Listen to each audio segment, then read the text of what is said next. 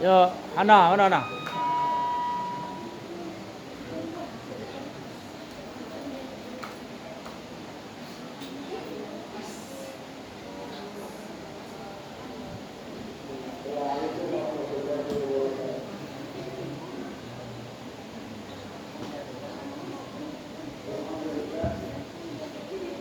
Assalamualaikum warahmatullahi wabarakatuh. Bismillahirrahmanirrahim. Alhamdulillahirabbil alamin. Wassalatu wassalamu ala asrofil anbiya'i wal mursalin wa ala alihi wa sahbihi ajma'in.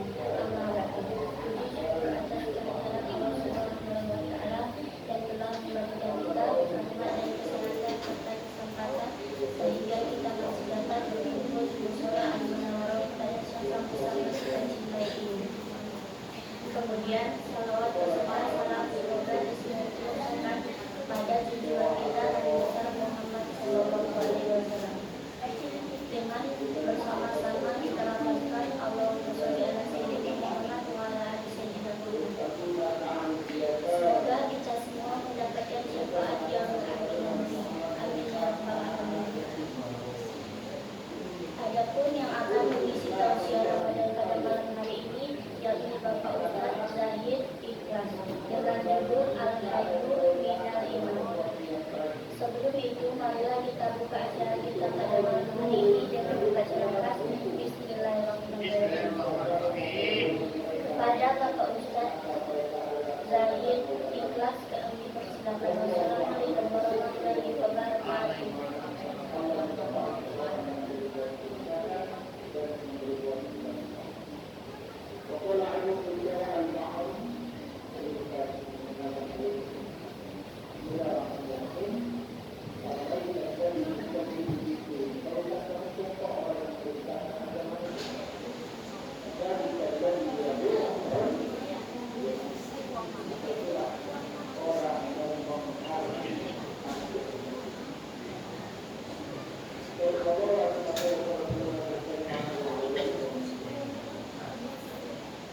Bismillahirrahmanirrahim. Assalamualaikum warahmatullahi wabarakatuh.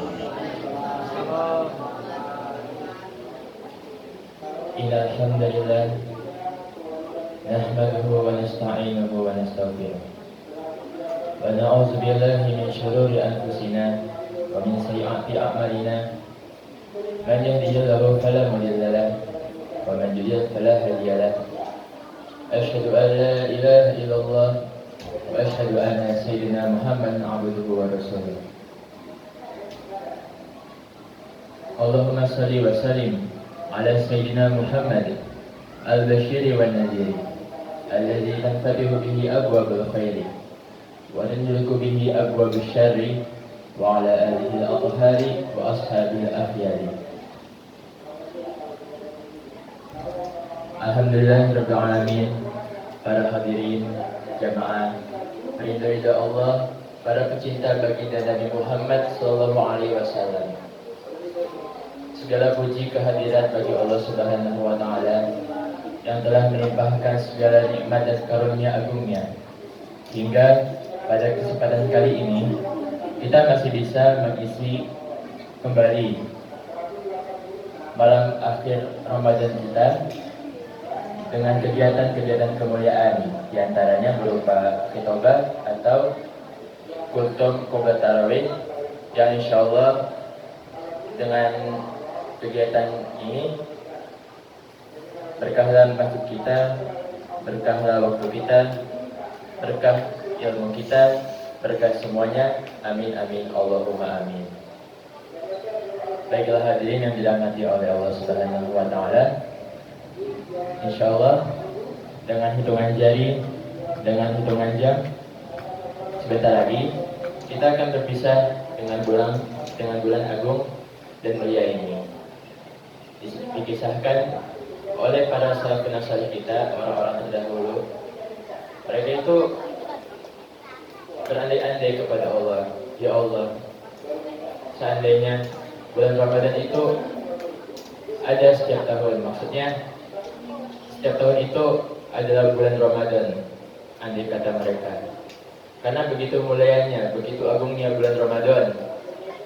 Maka man fariha bi khuruj Ramadan, barang siapa ketika bulan Ramadan telah berakhir, telah usai, dirinya senang, bahagia gitu. Dia senang, alhamdulillah ya Allah, puasa nggak ada lagi gitu. Bahwa minal kabair, maka dosa besar baginya. Karena itu adalah kemuliaan, keagungan yang Allah telah menghadirkan sekali, hanya satu momen, satu bulan, satu tahun. Dan diriwayatkan pula oleh hadis Rawat Tirmizi, ragima anfu rajul, nyungsep terkutuk sengsara dirinya, dakhala alaihi Ramadan, ketika bulan Ramadan itu masuk, dia hadir bulan Ramadan pada dirinya, sembahyang salafo, lalu keluar dirinya dari bulan Ramadan, namun lam yaghfirullah, belum diampuni dosanya. Maksudnya dia memasuki bulan Ramadan dengan begitu banyaknya kemuliaan, dengan kemuliaan pengampunan daripada Allah Subhanahu wa taala, tapi dia tidak ambil kesempatan itu. Dia sia-siakan bulan Ramadan, maka terkutuklah dia, sengsara dia, dan merupakan dosa juga bagi dirinya. Nah, di samping itu, kalau tadi orang yang terkutuk, yang nyungsep karena dia telah menyanyiakan bulan Ramadan, semoga kita tidak termasuk, ya amin ya Allah. Nah, ada orang yang beruntung di mana ketika dia memasuki bulan Ramadan,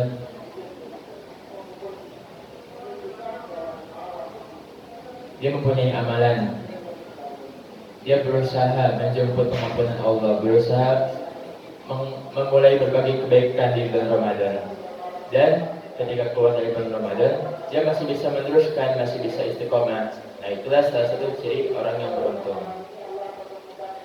Nah, di antara amalan-amalan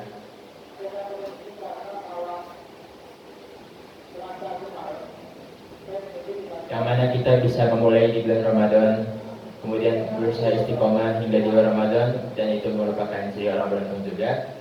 Nah, salah satunya al-haya'u minal iman, rasa malu. Nah, insya Allah materinya itu kita ambil dari buku Ramadaniyat karangan Guru Mulia Buya Yahya, barangkali ada yang pernah dengar. Mari kita bersama doakan kepada beliau, semoga senantiasa dirahmati oleh Allah Subhanahu wa taala. Amin amin Allahumma amin. Baik, kita mulai materinya. Al-haya'u minal iman, rasa malu yang merupakan bagian dari iman. Para hadirin yang dirahmati oleh Allah, berusaha hendaknya kita itu senantiasa mendidik diri kita agar kita semua mempunyai rasa malu. Karena rasa malu itu adalah salah satu tanda, salah satu ciri-ciri kemuliaan diri seseorang. Jadi dengan adanya rasa malu itu menunjukkan bahwasanya itu diri kita itu mempunyai kemuliaan, mempunyai harga diri, serta menjadi suatu akhlak pada diri kita. Wa asbal al-haya'ul khuluqan lah. Jadi merupakan suatu akhlak pada diri kita, itu rasa malu. Dan rasa malu itu juga merupakan tanda daripada bagian keimanan, yang mana keimanan itu merupakan hal yang paling berharga, yang tidak ternilai dimiliki oleh seseorang dalam hidupnya. Itulah iman. Makanya makanya kita semua hendaknya juga bersyukur, alhamdulillah ya Allah, masih bisa diizinkan oleh Allah agar dapat memiliki keimanan. Ya meskipun kadang iman kita tuh bisa naik, bisa turun, ya, tapi itulah kehidupannya, ada naik, ada turunnya. Tapi tetap bersyukur.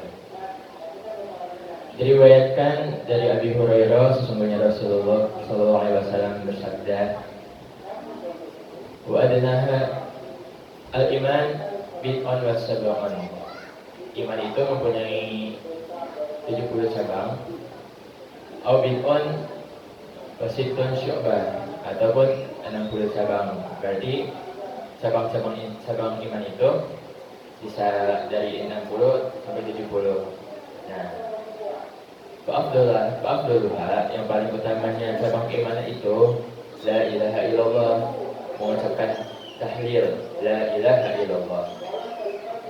Wa'adnaha, dan paling ringannya cabang iman itu Imatatul azza anit tariq, menyingkirkan hal-hal yang mengganggu di jalan, seperti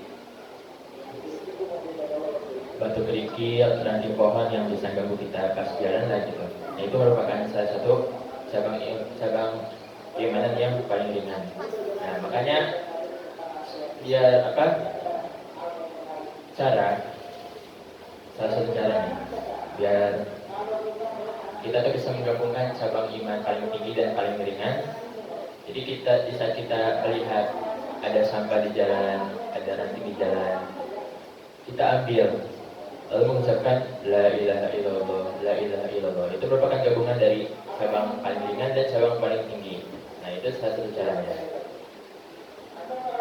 Wal haya'u syu'batun minal iman, dan rasa malu itu juga merupakan cabang daripada keimanan. Rawahu Bukhari wa Muslim.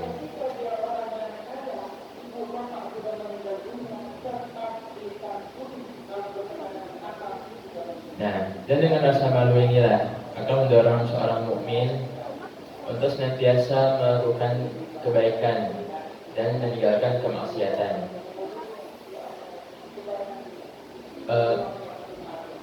Qala Junaid, Imam Junaid pernah berkata, rahimahullah ta'ala, semoga berkati beliau, Al-haya ru'yat al-alal, di saat kita tuh menyadari akan suatu nikmat, waru'yat al-taksir, dan kita juga bisa melihat kekurangan. Jadi maksudnya pada suatu saat kita bisa menyadari akan nikmat yang kita miliki, bisa menyadari juga apa kekurangan yang kita punya.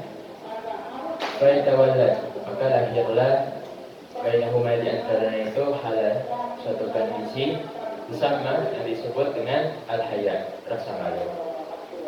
Dan sesungguhnya rasa malu itu suatu akhlak yang mendorong kita untuk meninggalkan hal-hal jelek, serta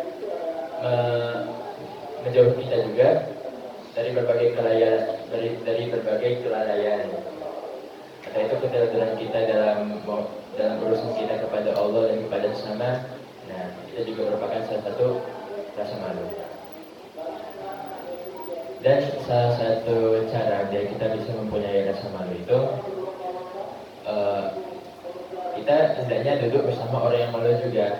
Kan kalau kita sering dengar tuh, kalau misalnya mau jadi baik, maka duduklah sama orang-orang yang baik, berkawanlah sama orang yang baik. Begitu kan sebaliknya kalau kita maunya maksiat, terus ya dekat-dekat aja sama orang-orang maksiat.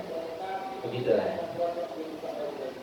Lalu juga dinukil juga Imam Fudail bin Iyad rahimahullah ta'ala, beliau juga mengatakan khomsi alamat minasyakwa, 5 pertanda daripada kesengsaraan. Pertama, qaswatul qulub, kerasnya hati. Apa ciri-ciri kekerasan hati? Itu yang paling menonjol tuh kalau kita diingatkan tuh protes. Nah, itu paling kelihatannya itu, misal antum kalau ini gini jangan gitu tapi gini. Terus yang diingatkannya malah lah kok gitu kan, malah nggak terima gitu. Nah, itu salah satu ciri yang paling menunjukkan kalau dia itu mempunyai hati yang keras, qaswatul qulub. Itu yang pertama. Yang kedua, jumudul ain. Jumud di sini itu kalau artinya mah membuku ya, membuku air matanya. Jadi maksudnya itu di sini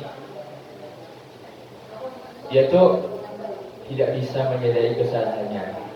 Sesungguhnya kan salah yang paling salah di saat dia itu di saat dia itu tidak mengetahui, bahkan menyadari. Dia tidak menyadari kalau dia itu salah. Nah, itu salah yang paling salah.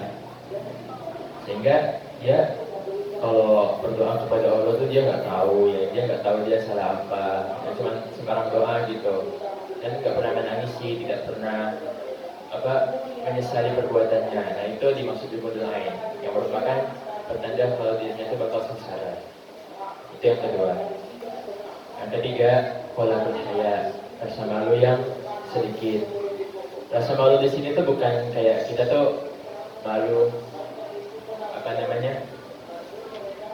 malu untuk ta'muruna bil ma'ruf, untuk mengajak kepada kebaikan, wa tanhauna 'anil munkar, dan melarang untuk menghindari kemungkaran. Bukan itu maksudnya malu. Namun yang dimaksud malu oleh Rasulullah Shallallahu Alaihi Wasallam, tahfazuhu ra'sa wa ma wa'a. Rasa malu itu yang sesungguhnya di saat dia itu bisa menjaga tahfazu ar-ra's, kepala, wa ma wa'a, dan cakupnya panca indera kita malu untuk melihat hal-hal yang haram, mendengar riba, gunjingan, ataupun menggunakan tangan kita untuk mencuri, ngomongnya nggak benar. Nah itu. Lalu wal badna wa ma hawa, menjaga perut dan apa yang dikandungnya, makan makanan haram, nauzubillah. Nah, kita malu untuk makan makanan yang haram.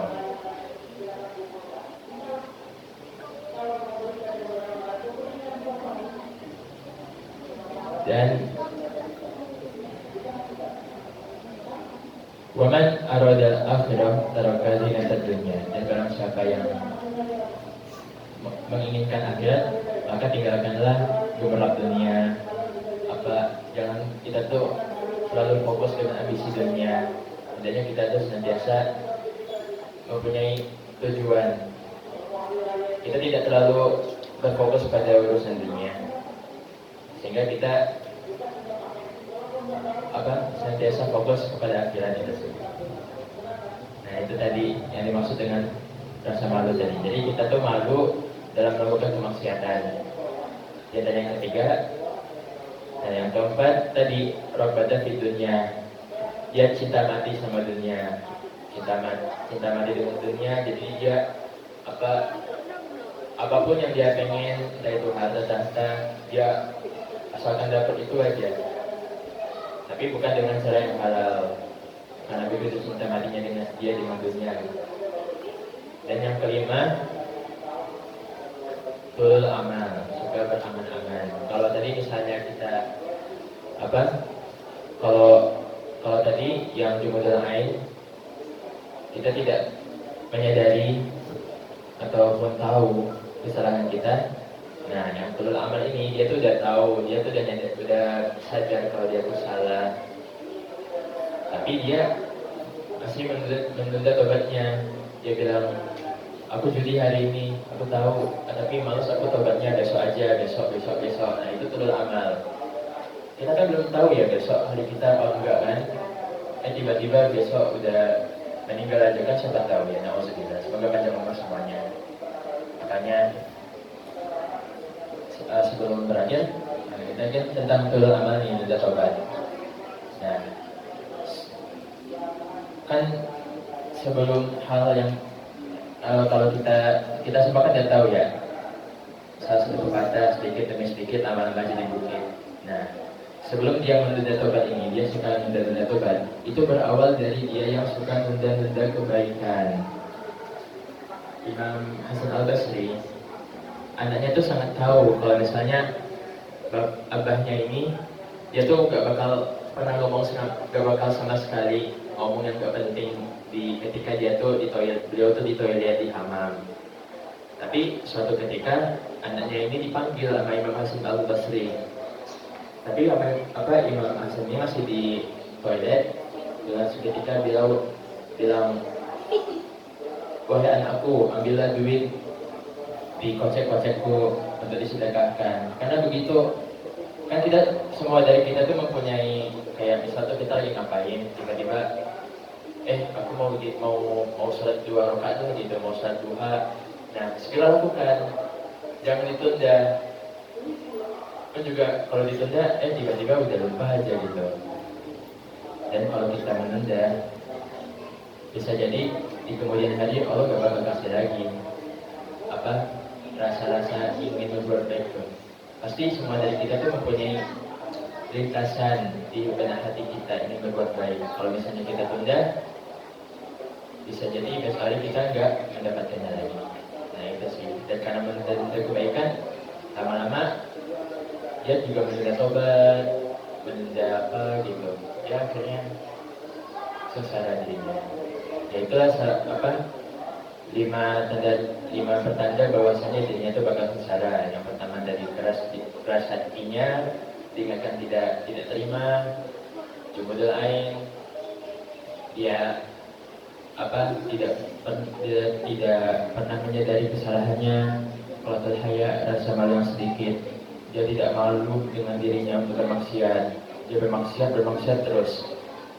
Kan kalau banyak tuh berita-berita dia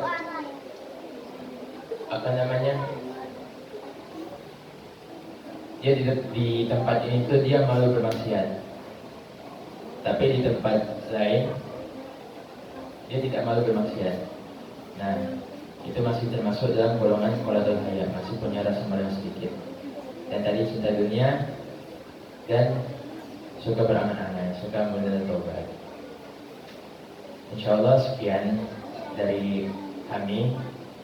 Kalau misalnya banyak kesalahan, mohon dimaafkan ya, baru awal-awal juga. Dan juga ini bukan materinya juga diambil dari buku karangan Guru Mulia Wijayanya, jadi bukan karangan saya. Insyaallah semoga bermanfaat semuanya. Amin amin Allahumma amin. Sebelum ditutup, mari kita doa terlebih dahulu. Doa Lailatul Qadar. Bismillahirrahmanirrahim. Asyhadu an la ilaha illallah wa nastaghfirullah, nas'aluka al-jannata wa na'udzubika minan nar. Asyhadu an la ilaha illallah wa nastaghfirullah, nas'aluka al-jannata wa na'udzubika minan nar. Asyhadu an la ilaha illallah wa nastaghfirullah, nas'aluka al-jannata wa na'udzubika minan nar. Allahumma innaka 'afuwun tuhibbul 'afwa fa'fu anna. Allahumma innaka 'afuwun tuhibbul 'afwa fa'fu anna. Allahumma innaka 'afuwun tuhibbul 'afwa fa'fu anna ya karim. Wabillahi taufiq wal hidayah. Wassalamualaikum warahmatullahi wabarakatuh.